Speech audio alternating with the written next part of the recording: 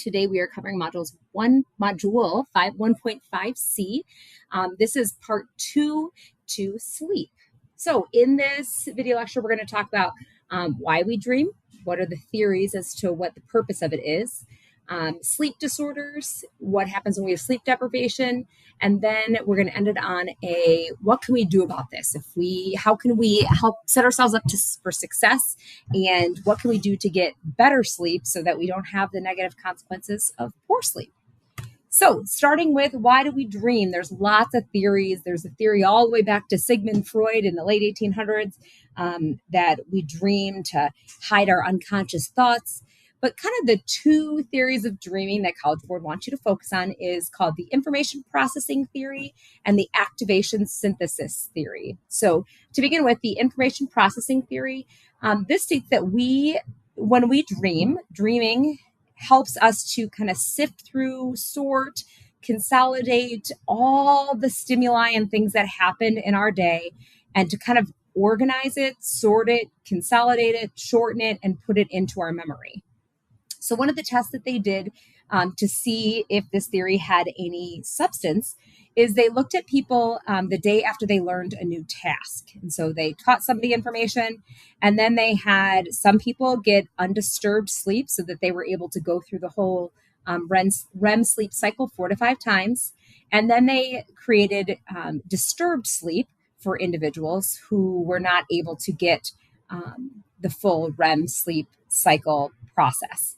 And what they found is when tested, those that their learning was retained better were those who got the uninterrupted full REM sleep. Those who had their REM sleep disrupted were not able to retain nearly as much, even when presented the information the same way and tested in the same way and given the same amount of time of learning. So the only change was disturbed versus undisturbed REM sleep, showing that there is something to the consolidation of all the things that we learn in a day and all the stimuli that we experience. Somehow we need a chance to organize that, to file it away, to consolidate it.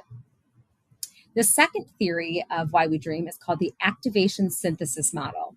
And this theory is a little bit different. They think that we have a lot of random neural activity that happens throughout the day that we are consciously and unconsciously aware of. We are taking in lots of neural stimuli around us. And so the idea is that our dreams are kind of a manifestation of all of that random neural activity. That's why our dreams kind of don't make a lot of sense, and they seem to have a lot of pieces and actions and visuals that don't seem to match.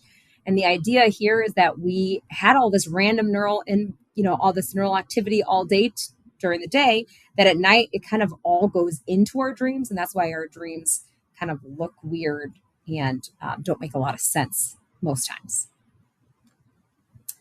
Second part we're going to look at is sleep disorders. What are some common issues that people have regarding their sleep? So the first two you've probably heard of: insomnia versus narcolepsy. Insomnia is the inability to fall asleep. This obviously causes chronic tiredness. It increases your risk for depression and increases your risk for obesity, as your body is not able to secrete the hormones necessary to decrease our appetite. It causes us to be exhausted because you are not getting that full, as a teenager, you should be getting those, 8 to 10 hours of sleep a night. In contrast to that is narcolepsy, where you find that an individual consistently fall asleep. So some of the obvious risks for this is sleeping in very dangerous moments and times, such as while you're in the middle of driving, falling asleep. Again, it's uncontrollable, so that could cause some severe damage not only to that individual, but to the other individuals who are on the road driving. The next one is sleep apnea. And what happens in sleep apnea is that we stop breathing in the night. Oftentimes what it is happening is that the airway is blocked, so the air doesn't move through fully. And so it causes people to stop breathing for time periods in the night. This can cause a lot of fatigue and depression, as well as it's tied with obesity, because again, that hormone is not being produced because that sleep is so fitful because that person is consistently waking up, not being able to stay asleep because they stop breathing. And the last one is REM sleep behavior disorder. And what happens in this disorder is individuals tend to, during their REM sleep, act out the content of their dreams. So they may vocalize, they may have motor behavior such as kicking and punching, just actions where they are acting out those things that happen in their dreams. This has a risk of injury for not only the individual, but the individual that is sleeping with them as well. So, what are some of the impacts of sleep deprivation? So, if you especially are a person who has insomnia or sleep apnea, what are some of those impacts of sleep deprivation? Or you don't even have to have insomnia or these other issues. You could just be a teenager who doesn't get enough sleep. What is that doing to your body? How is that negatively impacting you? Well, first of all, a lot of our knowledge comes from some research studies that were done a long time ago on sleep deprivation, where they would deprive people of sleep and see how it impacted them. Also, kind of a fun fact, the Guinness Book of World Records used to have in there what is the longest somebody has gone without sleep. The Guinness Book of World Records, the last time it was published was 11 days, but they have taken it out of the Guinness Book because the consequences are so negative, they don't want people to try and beat that. And so they've taken that out because it's a terrible punishment. An individual on just a basic level will start to hallucinate. So what's happening is that they find that their brains are going into that REM sleep because it's wanting it so bad, but it's happening while they're awake simultaneously. So that's what causes the hallucinations to happen, even after just 24 hours of not sleeping. We also find that we have an increased risk of blood pressure occurring. We find that we have an increase of hunger because what is happening is that it's messing with our metabolism and hormones. We have to sleep to allow our body to secrete the hormones necessary in order to operate and function well. And so Ghrelin is an example of a hunger arousing hormone, and ghrelin is secreted more when you are not sleeping, and it decreases the hunger suppressing partner, leptin. So leptin helps to suppress our hunger. Ghrelin increases our hunger arousing. And so when we're not getting that full sleep, our metabolism hormones are not secreting in the way that they should. And so it is causing us to be incredibly hungry because those hormones are out of whack. It also increases the cortisol level, which is our stress hormone, causing us to feel more irritable, angry, frustrated. Our immune system is suppressed. We are more likely to get colds or viral infections or get sick when we don't have a good night of sleep.